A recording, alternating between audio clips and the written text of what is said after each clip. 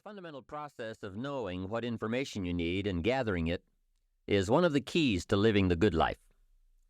Some of the best advice Mr. Schoaf gave me in those early years was why and how to study. That's a key word for life change, study. If you wish to be successful, study success. If you wish to be happy, study happiness. Happiness is not an accident. It is first a study and then a practice. If you wish to be wealthy, study wealth. Would you like to guess how many people make wealth a study? Right, very few. Surely, since wealth and happiness and success are all values to cultivate, you would naturally assume that most people would make a careful study of them. Why they do not is yet another example of those aspects of life that fall into the category of mysteries of the mind. Remember, major keys to your better future are going to be ideas and information. If we have any lack, it is not because we lack money or opportunity or resources. It is because we lack ideas that have taken form from information. Many years ago, I learned that some of the best advice ever given comes from the Bible. There's a phrase in that amazing book that says, "If you search, you will find." So that is the way to discover ideas and life-changing information. Search. In order to find, you must search. You must go to the seminars and to the training classes. You must listen to the cassette programs that can give you breakthrough ideas. You must go and engage in conversations with people of substance. You must go looking, go searching. Rarely does a good idea interrupt you. And as you make a diligent search, you will find just the ideas you need. Now, here is the next key word in the process of seeking information that can change your life, and that word is capture. When you find a good idea, capture it. Don't trust your memory. Capture everything, write it down, record it. This is one of the reasons why we have put this program on cassette tapes, to capture the ideas. As a serious student of wealth and happiness, I would encourage you to make use of a journal as a gathering place for all the ideas that come your way. So start a new discipline that can lead to wealth and happiness. Find out how things work. Never let it be said you didn't find out. Now let me give you a qualifying phrase. You may not be able to do all you find out, but make sure you find out all you can do. You don't want to wind up at the end of your life and find out that you lived only 1/10 of it, and the other 9/10 went down the drain, not for lack of opportunity, but for lack of information. Let me share with you two of the best sources of information available. First, as we have mentioned, learn from your own experiences. Become a good student of your own life. It's the information you are most familiar with and feel the strongest about. So make your own life one of your most important studies. And in studying your own life, be sure to study the negative as well as the positive, your failures as well as your successes.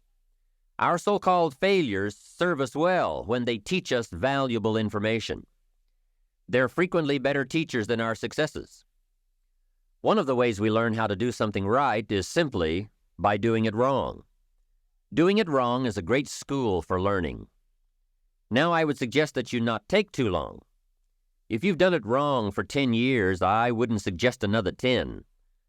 But what a close at hand and emotionally impactful way to learn from your own experiences. When I met Mr. Schoaf, I had been working 6 years. I started when I was 19, and when I met him, I was 25. He said to me, "Mr. Rohn, you have been working now for 6 years. How are you doing?" I said, "Not very well." He said, "Then I suggest you not do that anymore." 6 years is long enough to operate the wrong plan. Next he asked, "How much money have you saved in the last 6 years?" I said, "Not any." He said, "Who sold you on that plan 6 years ago?" What a fantastic question. Where did I get my present plan that wasn't working well? Hey, everyone has bought someone's plan. The question is, whose? Whose plan have you bought? Now, those initial confrontations as you come to grips with your own past experiences may be a little painful at first, especially if you have made as many errors as I did. But think of the progress you can make when you have finally confronted those errors by becoming a better student of your own life. Now, the next way to learn is from other people's experiences. And remember, you can learn from other people whether they have done it right or wrong. You can learn from negative as well as positive. The Bible is such a great book because it is a collection of human stories on both sides of the ledger. One list of human stories is called examples, do what these people did. And the other list of human stories is called warnings, don't do what these clods did. What a wealth of information, what to do and what not to do. I think it also means, however, that if your story ever gets in somebody's book, make sure they use it as an example, not a warning. There are 3 ways to learn from other people. The first is to listen to the cassettes and read the books by and about people who've accomplished great things. All the successful people I know and work with around the world are good readers. They just read. They are so curious that they are driven to read because they just have to know. It is one of the things they all have in common. Here's a good phrase, all leaders are readers. And they use cassette programs too, especially while they're in the car or during other times when they can't read. Cassettes can help all of us easily pick up new ideas and new skills. Did you know there are cassettes and books on how to be stronger, more decisive, a better speaker, a more effective leader, have a better effect on other people, become more loving, develop personality, get rich, develop influence, become sophisticated, and people don't use them? How would you explain that? Did you know that hundreds of successful people have written their stories in books and told how they did it on cassettes like this, and people don't want to listen? How would you explain that? The guy's busy, I guess. He says, well, yeah, if you worked where I work, by the time you struggle home, it's late. You've got to have a bite to eat, watch a little TV, and get to bed. You can't stay up half the night and read. And this is the guy that's behind on his bills. He's a good worker, hard worker, sincere. But remember, you can be sincere and work hard all your life and wind up broke, confused, and embarrassed. You've got to be better than a good worker. You've got to be a good reader, a good listener. At least he could hear a good cassette on the way home, right? Now, you don't have to read or listen to educational cassettes half the night. Although if you're broke, it's a good place to start. But here is all I ask, just 30 minutes a day. That's all. Stretch it to an hour if you can, but at least 30 minutes. Half rich isn't bad. 30 minutes. Hear or read something challenging, something instructional, at least 30 minutes a day. And here's the next key. Every day. Don't miss. Miss a meal, but not your 30 minutes. Hey, you can get along without some meals, but you can't get along without some ideas, examples, and inspiration. There's a Bible phrase that says, humans cannot live on bread alone or food alone.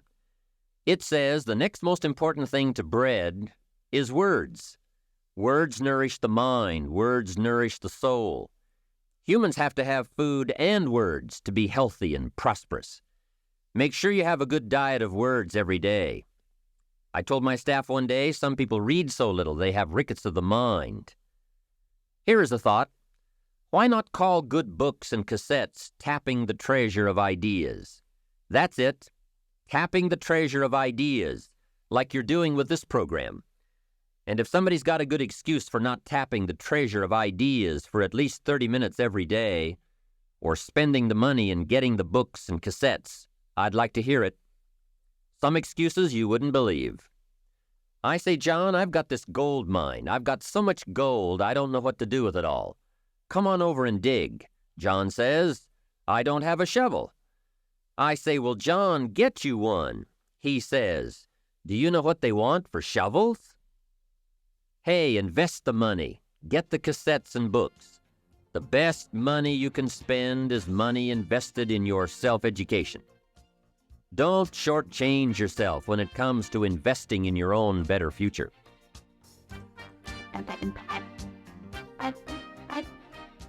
Let's go through it. You need a good library. Shof got me started on my library. Here's one of the books he recommended. Think and Grow Rich by Napoleon Hill.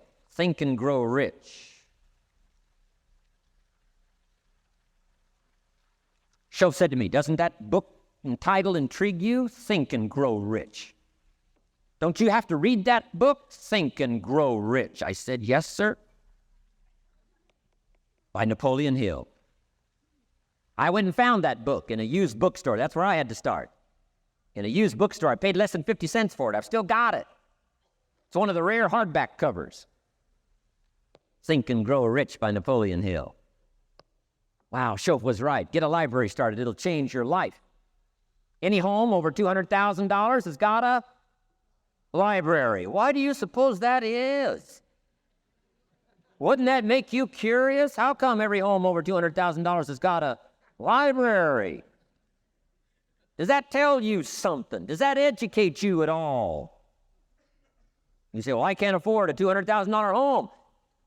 It doesn't matter what size home. Take your present apartment, clean out a closet, call it your library, and start acting intelligent. How did that one cut it? And start this process like I did. Start developing a library. Here's what your library needs to show, that you're a serious student of health and life, spirituality, culture, uniqueness, sophistication, economics, prosperity, productivity, sales, management, skills, values of all kinds. Let your library show you're a serious student. Here's some key sections to put in your library called mental food. In fact, we call it food for thought. So important to nourish the mind, not just the body, but nourish the mind. Key phrase, now it needs to be well balanced. You can't live on mental candy. Somebody says, well, I just read this positive stuff. That's too second grade. You got to get out of second grade. You can't just be inspired. You got to be taught. You can't just be inspired. You got to be educated. Key. Here's a good book. It's called How to Read a Book. Good title, How to Read a Book by Mortimer Adler. In this book, How to Read a Book, Mortimer, you know, is the chief editor of the new Encyclopedia Britannica. A good set of books, right, to have in your library.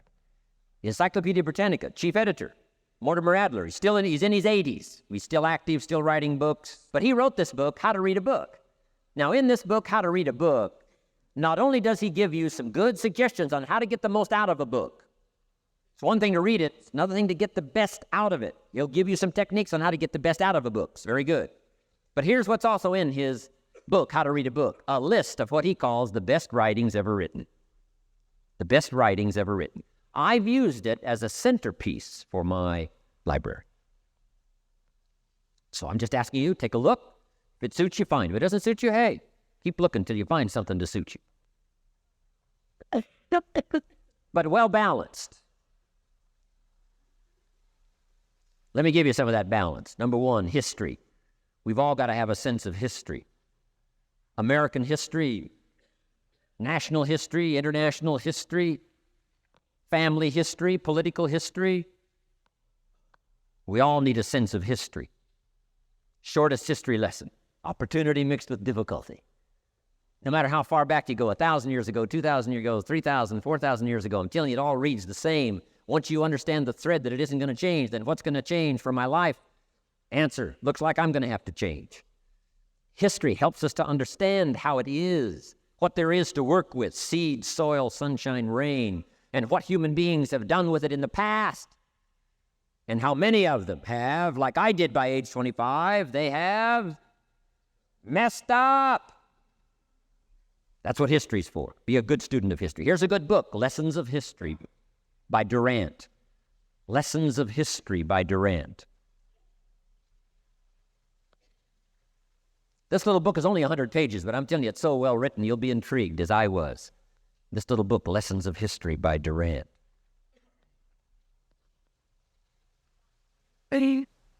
Next is philosophy. Durant also wrote a good book on philosophy. The Story of Philosophy. It's got a good rundown of the key philosophers of the last several hundred years, what they taught and some of the lives they lived. You might find it a little difficult, but hey, you can't just read the easy stuff. Key phrase to add here in parentheses, don't just read the easy stuff. You won't grow. You won't change. You won't develop. Tackle the more difficult stuff.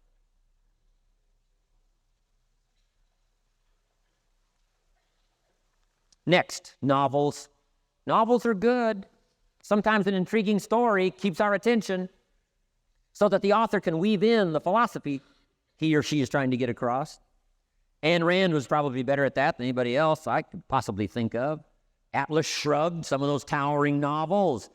The novel kept us intrigued, but guess what she was doing all the time? Feeding us her philosophy, feeding us her philosophy. Now, whether you agreed with her philosophy or not, you had to admit she was really good at getting it out there, weaving it through the story, in the dialogue and in the speeches and in the text. Fabulous. Novels. Novels are good. Now, here's a little personal advice. Skip the trash,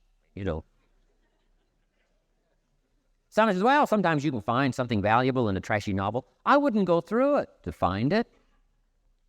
You can find a crust of bread in a garbage can, but I wouldn't go through it. Number one, you don't need the reputation. So, not enough time to read the brilliant stuff, the good stuff. Skip the trash, really. Next is biographies and autobiographies, the stories of successful people, unsuccessful people. There's some dramatic stuff, right? Over the last 100 years, it's been written, biographies and autobiographies. Here's one of the best, the Bible. The Bible is a unique book because it's got a list of human stories on one side of the ledger, another list of human stories on the other side of the ledger. One's called examples, and the other's called warnings. And here's what we've got to have on biographies and autobiographies, both warnings and examples. In the Bible, the examples. The Bible says, look at these people's lives, follow them. Follow their philosophy, follow their advice. Then we got the warnings, right? Don't do what these people did. They messed up their life and threw their life away. Vitally important, both sides of the scenario. Now, if your life story ever gets in one of those books, make sure they use it as an example, not a warning.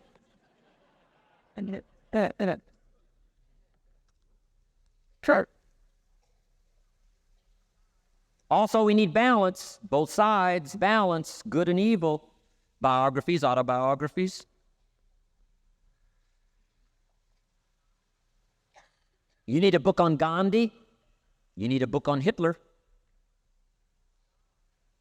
One to illustrate how high a human being can go, and the other one to illustrate what? How low and despicable a human being can become. We need both sides of the scenario.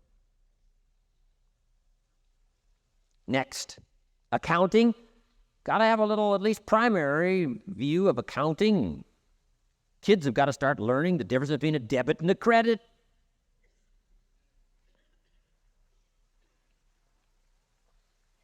Next is law. We all need, right, a little bit. You don't have to be a lawyer, but you got to know contracts, what to sign, what not to sign, backups, good advice, how to be safe rather than sorry. All of us need a little law, not a lawyer, but a little law, especially these complicated days. Everything's in court these days. I learned this the hard way. Company wanted to borrow money a long time ago. Up in Canada. Company wanted to borrow some money. The bank said, well, yes, we will loan the company the money if Mr. Rohn will sign personally. And I wanted to play hero, and I knew the company could pay it back. $250,000. So I signed. No problem. Sure enough, within less than a year, they paid it all back. $250,000. I am now a hero. Well, about a year later, this company gets in financial trouble. They go back to the bank and borrow this $250,000 again. I said, I hope my phone doesn't ring because I won't sign the note this time. Because I knew they were in trouble. I knew they were probably going to go bankrupt. My phone never rang. I'm off the hook. Sure enough, within less than a year, the company goes bankrupt. Can't pay. But I get this letter from the bank saying, Dear Mr. Rohn, since the company cannot perform its obligation and pay this $250,000, and since we have here your personal guarantee, would you please send us your check for $250,000? I said, hey, hold it. There must be some mistake here. I signed that first note, and they paid it all back. I wouldn't have signed the second note. I didn't sign the second note. Well, what I didn't know I had originally signed was a continuing guarantee. So now I know what the word continuing means.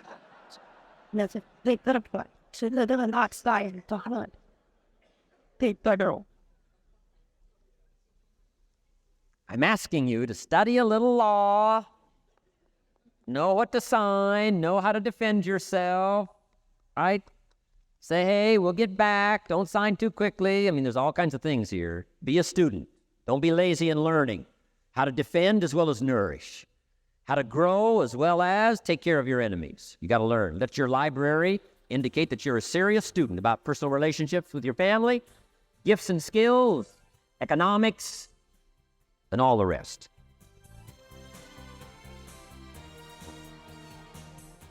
Next, keep a journal. Shoaff said, Mr. Rohn, not only be a student, but the good ideas that you develop from the books. Keep a separate journal. Write all this stuff down. Here's what he said. Don't trust your memory.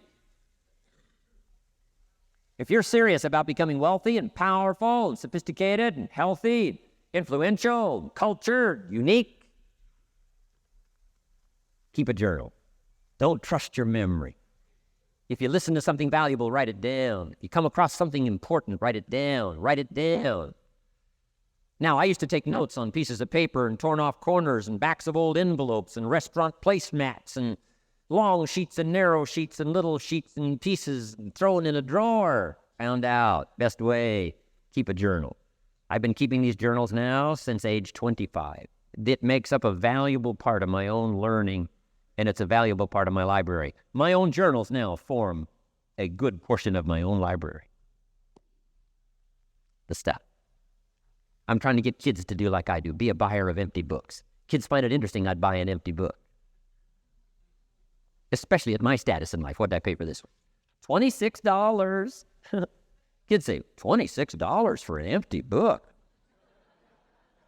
Why would you do that? Well, the reason I paid $26 is to press me, to see if I can't find something worth $26 to put in here. And I'm telling you, all my journals are private. But if you got a hold of one of my journals, you wouldn't have to look very far until you would say, this is worth more than $26. I must admit, if you got a glimpse of Mr. Rohn's journals, you'd have to say he is a serious student. Not just committed to his craft, but committed to life, committed to skills, committed to learning, to see what I can do with seed and soil and sunshine and rain and miracle and possibilities and turn it into equities of life and treasure, family relationships, enterprise, sales, management, gifts galore, everything you want, all available, especially in America. I'm asking you, keep a journal. I call it one of the three treasures to leave behind. Let me give you that. One of the three treasures to leave behind. Number one is your pictures. Take a lot of pictures. Did you ever look back, right? 2 or 3 generations, just a handful of photographs way back there? Wouldn't it be something if there was album after album, thousands of pictures to help tell the story? A picture's worth 1,000 words. Don't be lazy in capturing the event. How long does it take to capture the event? A fraction of a second. How long does it take to miss the event? A fraction of a second. Errors in judgment or disciplines. Take lots of pictures. Help tell the story. Click, click.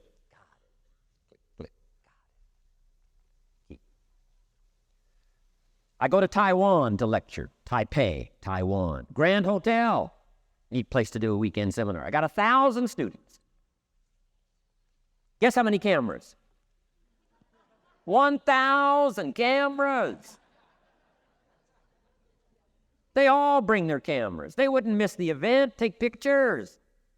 Takes me more time to take pictures than it does to do the lectures. Here's my new American friend. Here's my new American friend. Click, click, save it. Got it. 1,000 words, each one. What a scenario. Don't miss the pictures. When you're gone, one of the things to leave behind, the treasure in picture as well as in words. Next, your library. The library that you gathered, that taught you, that instructed you, that helped you to defend your ideals, that helped you to develop a philosophy, that helped you to become wealthy and powerful and healthy and sophisticated and unique. The library that helped you conquer some disease, the library that helped you to conquer poverty, the library that caused you to walk away from the ghetto, the library, the books that instructed you, fed your mind and fed your soul. Leave your library behind. One of the greatest gifts you can leave behind is your library. Stepping stones out of the darkness into the light. Your library. So leave your books behind. Your books will be more valuable than your couch. Books, books, books. And third is your journals. The ideas that you picked up. The notes you took at seminars like this. Wherever you found an occasion to gather something valuable and put it in here so you could go back over it. Repetition is the mother of skill. Read it one more time. Learn it one more time. See if you can digest it one more time. Let it coach you one more time. Let it teach you one more time. Let it inspire you one more time. Words are inspirational. The lyrics of a song. And not just read it once. That's why we put our stuff on cassettes so you can go through it again and again and again. If you hear a beautiful song that does something to you, you don't say, well, that's enough. Don't need to hear that again. No. Wouldn't you want to hear it again, hear it again, hear it again? Let it instruct you. Let it feed you. Let it teach you. Take you on wings of emotional journeys. Wouldn't you want to do that again? The answer is yes. That's what's so important. Here's what's important. One of the things to leave behind, that's your journals. All the stuff you took the meticulous time to gather. One of the greatest proofs that you're a serious student. Taking pictures, that's pretty easy. Buying a book at a bookstore, that's pretty easy. Here's one that's a little more challenging. Be student enough of your own life and your own future and your own destiny. Be student enough to take the time to keep the notes and keep the journal. You'll be so glad you did. What a treasure to leave behind when you go. Your journals. I wouldn't be without mine now. I'm in Carmel, California, one of my favorite places. It's where I wrote my first book called Seasons of Life. I went to this little church one Sunday morning. First time I'd been there. Little small church, I don't know, 150 people. Classic sermon that morning. Classic sermon. One of the best I've ever heard in all of my life. I happened to be there. And I had my journal. While this sermon is going on, I can't believe it was so precise, it was so unique, it was so powerful. And I've got my journal, and I'm taking notes. Taking notes of this classic sermon. Guess how many other people were taking notes? Approximately, guess. How many do you suppose? It looked like, best as I could tell, I'm the only one taking notes of this classic sermon. Now, since I'm a stranger there, and it's the first time I've been there, and I'm taking these notes, people started looking, who is he and what's he doing? I started feeling just a little bit uncomfortable. I'm still writing. Now I'm feeling kind of like a spy, right? I could hear some of them say, he's going to get out of here with some of this stuff. And I did. I'm the guy that walked away with the stuff. I'm asking you to be no less sincere and be no less committed to the advancement of your philosophy, the set of the sail. Develop these 5 abilities as part of your personal development quest. I call them the 5 abilities. Here's the first one. Develop the ability to absorb. The ability to soak it up like you're doing today. Be like a sponge. Don't miss anything. And not just the words. It's true, don't miss the words, but don't miss the atmosphere. Don't miss the color. Don't miss the scenario. Don't miss what's going on. Most people are just trying to get through the day. Here's what I want you to be committed to do. Learn to get from the day. Don't just get through it, get from it. Learn from it. Let the day teach you. Join the university of life. What a difference that'll make in your future. Commit yourself to learning. Commit yourself to absorbing. Be like a sponge. Get it. Don't miss it. I've got a personal friend of mine who's so gifted in this area. I think he has soaked up and remembers everything that's ever happened to him. He can tell you as a teenager where he was and what he did and what he said and what she said and how they felt and the color of the sky and what was going on that day. And the reason is because he gets it. He gets it. He gets it. I'm telling you, it's more exciting to have him go to Acapulco, come back and tell you about it, than it is to go yourself. He's unbelievable. He's got this extraordinary gift. And why is it? When he's there, he doesn't miss anything. Here's a good phrase for you to jot down. Wherever you are, be there. Be there to absorb it up. Be there to soak it up. Take a picture if you can, but take pictures of your mind. Let your soul and heart take pictures. Get it, capture it, absorb it. That's such an important ability to develop, the ability to get it. Don't miss it. Don't be casual in getting it. Key phrase, casualness leads to casualties.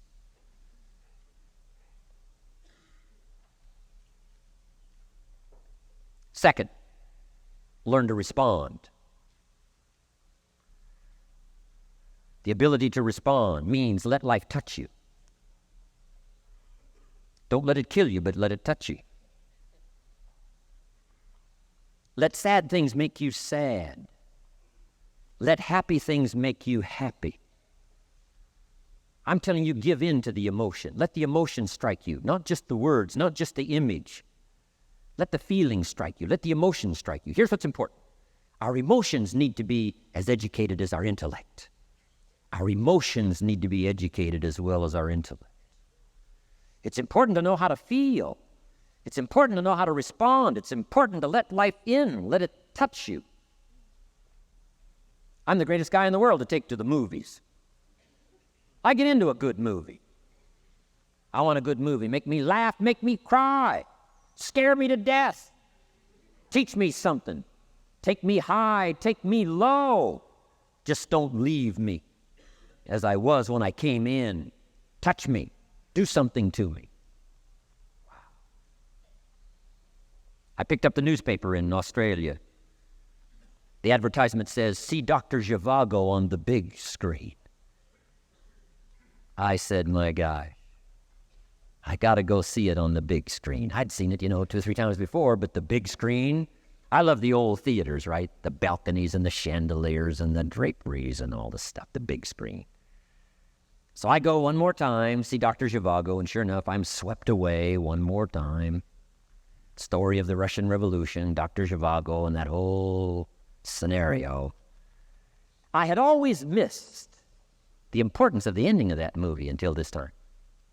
The other times I missed it. I'm telling you, this time, I got it. It's in fact can happen. Comrade General said, Tanya, how did you come to be lost? After he'd found her, right? Said, how did you come to be lost? And she said, well, I was just lost. He said, no, how did you come to be lost? She said, well, we were, the city was on fire when we were running to escape, and I was lost. He said, no, how did you come to be lost? And that's what she didn't want to say. He finally pressed her again, how did you come to be lost? And she said, well, while we were running through the city and it was on fire, my father let go of my hand, and I was lost. That's what she didn't want to say. Comrade General said, Tanya, that's what I've been trying to tell you. Komarovsky was not your real father. He was not.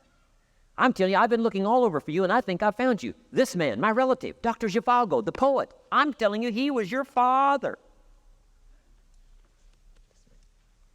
And Comrade General said, Tanya, I promise you this, if this man, your real father, had been there, I promise you, he would never have let go of your hand.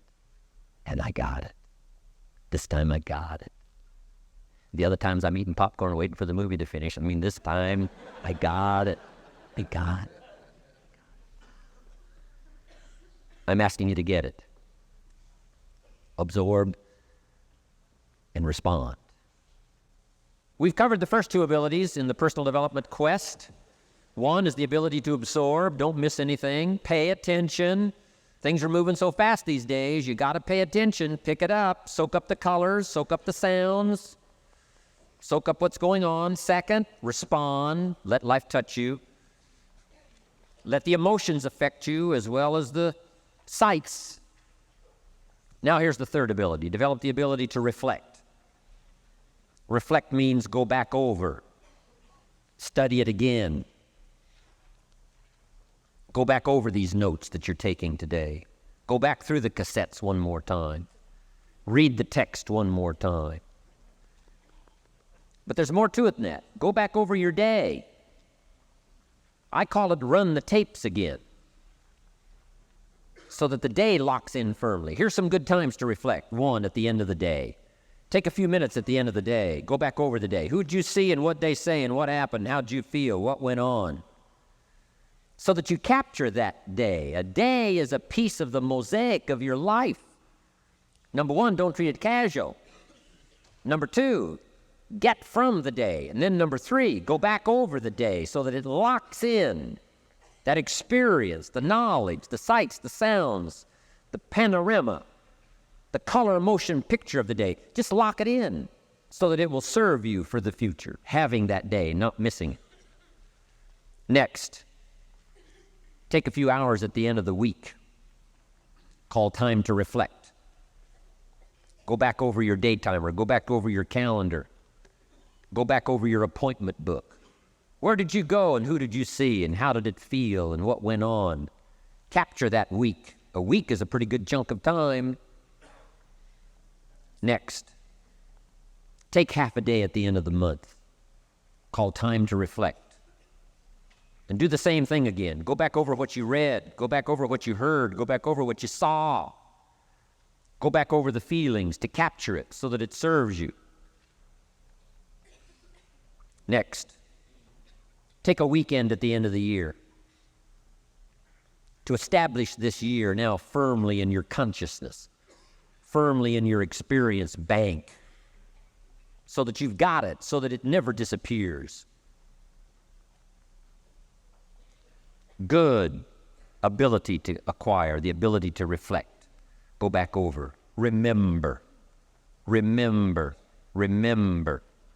It's so valuable to be able to remember the thought, remember the idea, remember the experience, remember the occasion, remember the day, remember the weather, remember the emotion, remember the complexity, remember the highs, remember the lows. So valuable at the end of the day.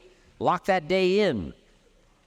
Lock the month in. Lock the week in. Lock the year in. Old Testament says a unique scenario unfolded according to the law. And that was they worked 9 years, and the 10th year was a sabbatical.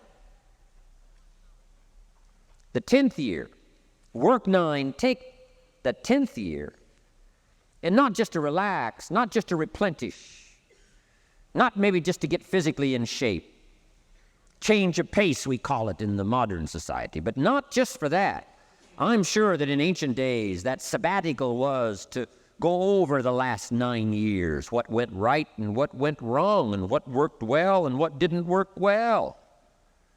And how did you grow, and how did you learn, and how did you change, and what have you got now after 9 years that you didn't have at the beginning of the 9 years? See, that's so valuable, a sabbatical, some time. There's also something to be said for solitude when you reflect. Sometimes you can reflect with somebody. Husband and wife reflect on the past year, right? Parents reflect with their children on the past year. How did we do it, and how didn't we do it, and how could we improve? Colleagues can reflect with each other. But now here's one of the most important. You got to learn to reflect with yourself. There's something to be said for solitude. There's something to be said for taking those occasions to shut out the world and shut out everything else for a while. I've got a motorhome. That's how I do it. With my motorcycle on the back. And I head for the mountains and ride the Jeep trails, where there's very few human beings on the Jeep trails, or out in the desert somewhere. It's called my time to get away. When you live a very public life, you treasure solitude. A chance to reflect, go back over my life, go back over my skills, go back over my experiences. Alone. There are some things you need to do alone. Ponder, think, wonder, read, study, absorb, soak in, see if you can't become better this year than you were last year, better the next 9 than you were the first 9. Solitude. There's even a more modern advice that says, go to the closet for time of meditation, time of prayer. Go to the closet. Closet meaning what? Away. And there's even a graphic description of the away. It said, enter into your closet and what? Got some students here, I'm sure. What? Close the door. For what? Just to shut out everything. Life is experience, and touching and seeing and looking and doing and acting and disciplines and all the stuff. But sometimes, this is where this reflecting is so important, to shut the door. Just shut the door and wonder. Prayer, contemplation, thinking, and let things move into your consciousness and awareness that no other way can it be done. Right? Flying down the freeway, I'm telling you, it's difficult to get through. So many things to do, it's difficult to get through. But times of solitude, times to reflect. So this is so valuable, learn to reflect. Now here's why it's important to reflect. To make the past more valuable to serve you for the future. Here's what's really powerful, learning to gather up the past and invest it in the future. Gather up today and invest it in tomorrow. Gather up this week and invest it in the next week. Gather up this year and invest it in the next year. See, that's so powerful, rather than just hanging on one more year, hanging in there, seeing what's going to happen.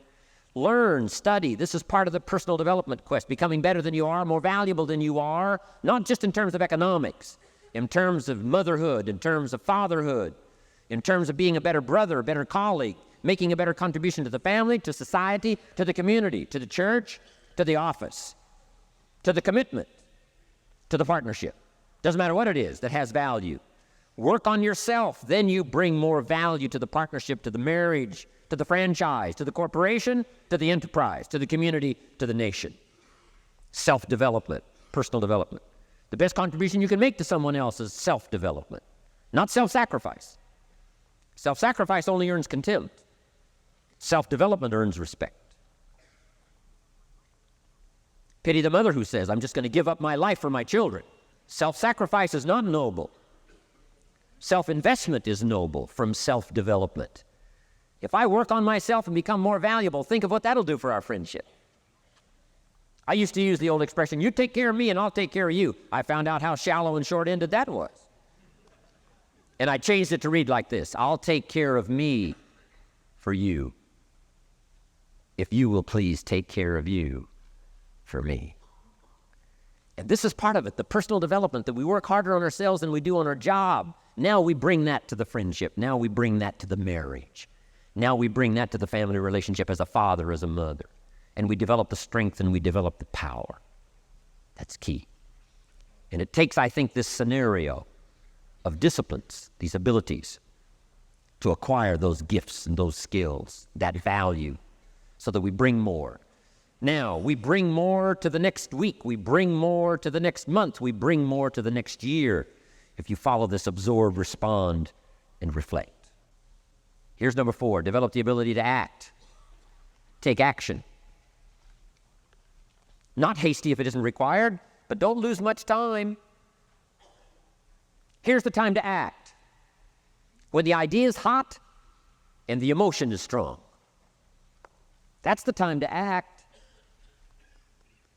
You say, Mr. Rohn, I'd like to have a library like yours. See, if you feel strong about that, what you got to do is get the first book and then get the second book.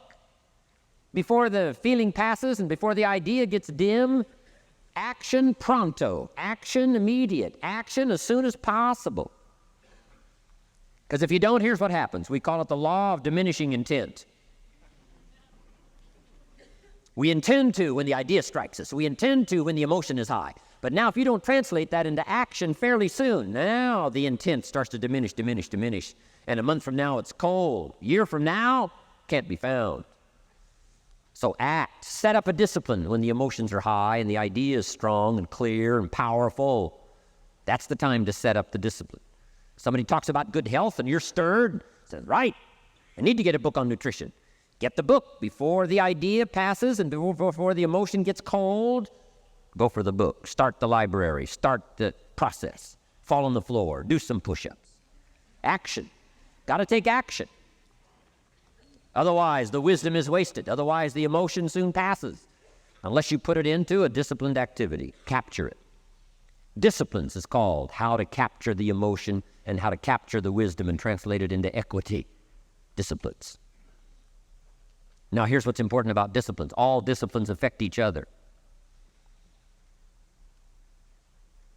In fact, here's a good philosophical phrase. Everything affects everything else.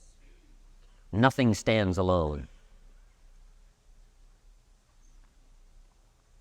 Don't be naive in saying, well, this doesn't matter. I'm telling you, everything matters.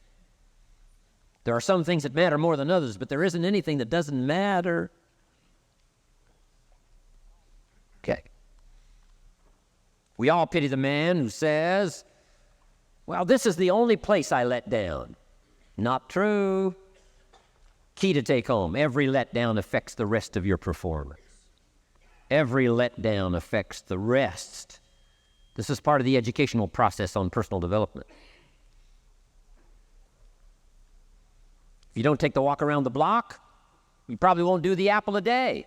If you don't do the apple a day, you probably won't start building your library. If you don't build your library, you probably won't keep a journal, and you won't take pictures, and you won't do this, you won't do wise things with your money, won't do wise things with your time, won't do wise things with your possibilities and relationships, and the first thing you know, 6 years of that accumulated, and we say you have messed up. So the whole key to reversing that process now is to start picking up these disciplines. Now here's the positive side. Every new discipline affects the rest of your disciplines. Every new one affects the rest. That's why action is so important. The least action, the smallest action. Take it. Because when you start accomplishing and the value starts to return from that one action, it'll inspire you to do the next one and the next one and the next one. You start walking around the block, it'll inspire you to get an apple. Get an apple, it'll inspire you to get a book. Get a book, it'll inspire you to get a journal. Get a journal, it'll inspire you to grow, develop some skills. All disciplines affect each other. Every lack affects the rest. Every new affects the rest. The key is to diminish the lack and set up the new. And you've started a whole new life process. Key. Also, one more thought on discipline. Here's the greatest value of discipline. Self-worth. Self-esteem. People are teaching self-esteem these days, but they don't connect it to disciplines. The least lack of discipline, and it starts to erode our psyche. One of the greatest temptations is to just ease up a little bit. Right? The slightest lack of doing your best starts to erode the psyche. Instead of doing your best, doing just a little less than your best. Sure enough. You say, well, it's just going to affect my sales. No, it's going to affect your consciousness. It's going to affect your philosophy. Now you've begun in the slightest way to affect your own philosophy. Here's the problem with the least neglect. Neglect starts as an infection. And if you don't take care of it, it becomes a disease. And one neglect leads to another. And the worst of all, when neglect starts, it diminishes our self-worth, our self-confidence, our self-value. You say, well, how can I get back my self-respect? I'm telling you, you don't have to go to 29 classes. All you have to do is start the smallest discipline that now corresponds to your own philosophy, like I should, and I could, and I will. No longer will I let neglect stack up on me so that I will have the sorry scenario 6 years from now, giving some excuse instead of celebrating my progress. That's the key to discipline. Okay? Let's get kids involved in the least of disciplines. One more, and then one more, and then another one, and then another one, and then some more. And the first thing you know, you're starting to weave the tapestry of a disciplined life into which you can pour more wisdom and more attitude and more strong feeling, more faith and more courage. Now you've got something, a vessel in which to put it. And now the equities start to flow. And the early return, I'm telling you, if you'll start this process, the early return will have you so excited, you'll commit yourself to this strategy for the rest of your life. Guess how many people have a library card? Wisdom of the world available. Transform your life in any value amount you want. By the way, how much is a library card in Texas? Free. Here's what free is. Easy. I mean, it can't be any easier than free. Somebody says, well, would you bring it by? Well, no, at least you got to go get it. No.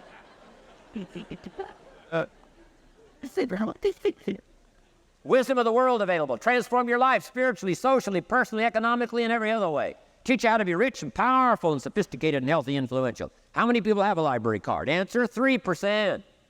97% couldn't be bothered. Guy specializes in happy hour, but he doesn't have a card. And now readily and quickly blames the government and blames his company and blames policy and blames the pay scale. When if he only knew, if he joined the 3%, here's my advice to you today. Walk away from the 97%. Don't talk like they talk. Don't act like they act. Don't go where they go. Don't specialize in what they specialize in. Throw away the blame list they cling to. Start you a new life. You say, well, is it as simple as getting a library card and join the 3%? And the answer is, of course. Of course. That's how easy this stuff is. This is so easy. It's so simple. It's not complex. You don't need a 2,000-year-old guru. You don't need multi-track affirmations. I'm telling you, don't. Affirmation without discipline is the beginning of delusion. Key.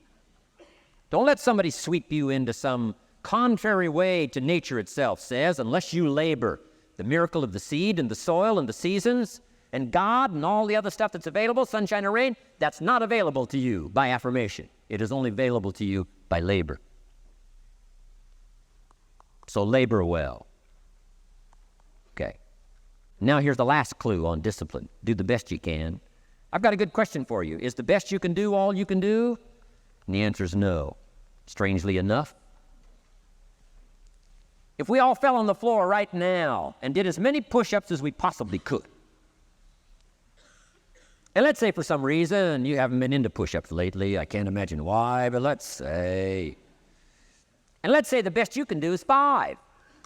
And you look up at the rest of us and say, hey, 5 is the best I can do. We can tell by the look on your face, that's probably true. 5 is the best you can do.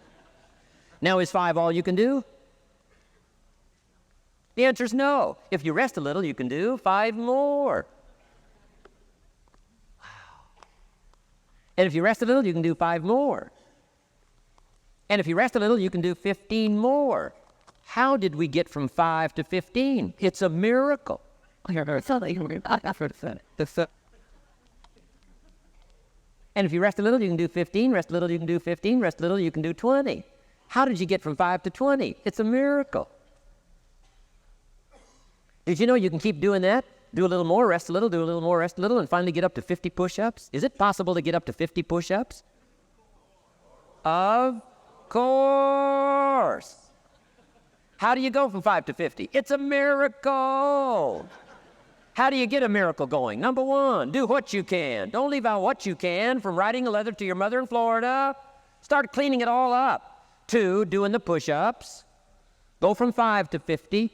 It's a miracle. Number 1, do what you can. Number 2, do the best you can. Here's number 3, rest very little.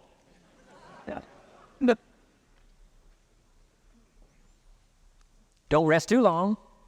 Why? The weeds take the garden. Kids have got that figured out. You can't rest too long. Here's the clue. Make rest a necessity, not an objective. The objective of life is not to rest. The objective of life is to act. Think of more disciplines. Think of more ways and means in which to use your own wisdom and your own philosophy and use your own attitude, your own faith, your own courage, your own commitment, your own desires, your own excitement. Invest it in discipline so that it's not wasted. The smallest of discipline. Thereby transform your life. Join the 5%, join the 10%, join the 3%. Now here's the last ability. Develop the ability to share. Pass along to someone else. If you've picked up a good idea today, pass it along. Don't let it stay. Pass it along. A book, if you take one of these little books I've suggested at home and it affects you, pass along. Say, hey, I found a book, really helped me. I found a book, got me thinking. I found a book, changed my health. I found a book, got me inspired. Pass it along, pass it along, pass it along. Here's what's exciting about sharing. If you share with 10 different people, they get to hear it once, you get to hear it 10 times. So it's probably going to do more for you than it is for them. But it's called what? Everybody wins. When somebody shares, everybody wins. Wow.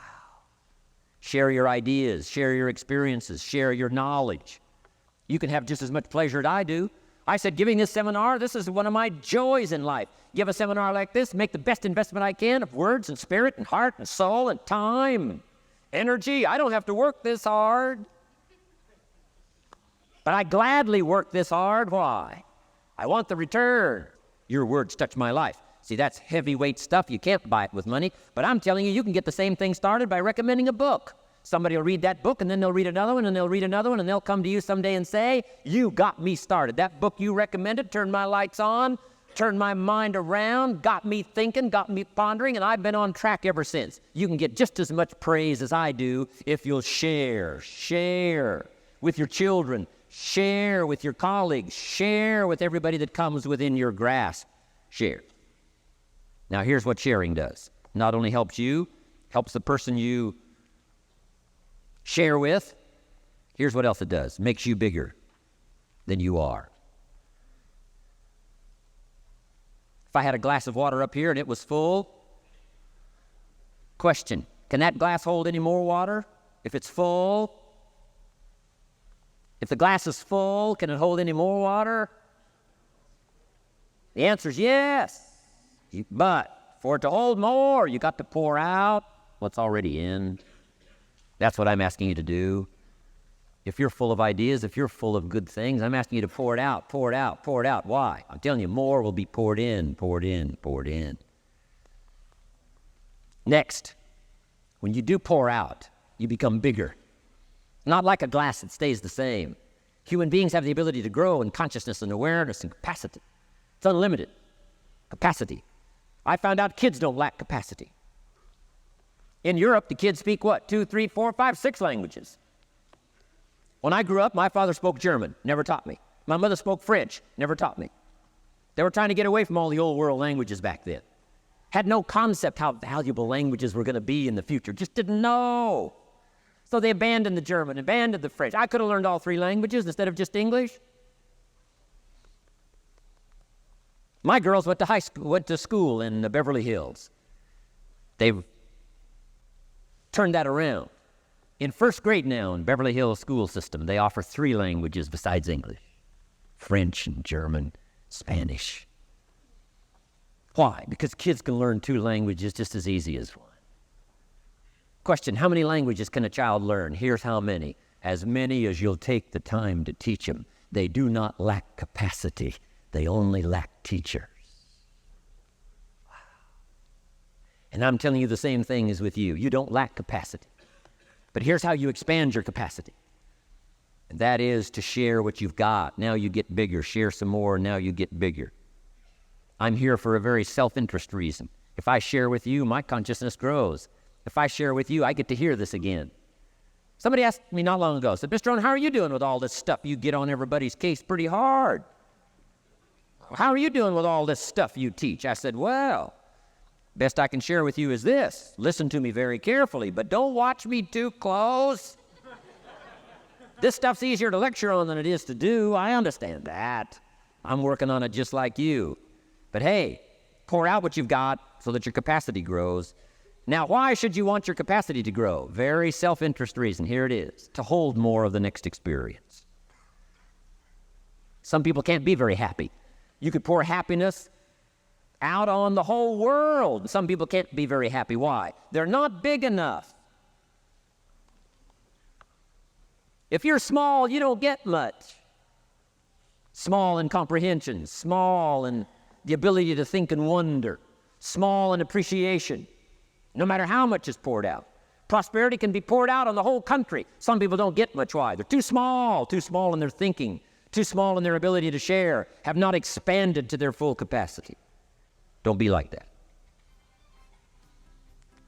Now, some people aren't going to get much because they've got their cup turned upside down. You couldn't put anything in. Learn to share. It's a glorious, glorious experience.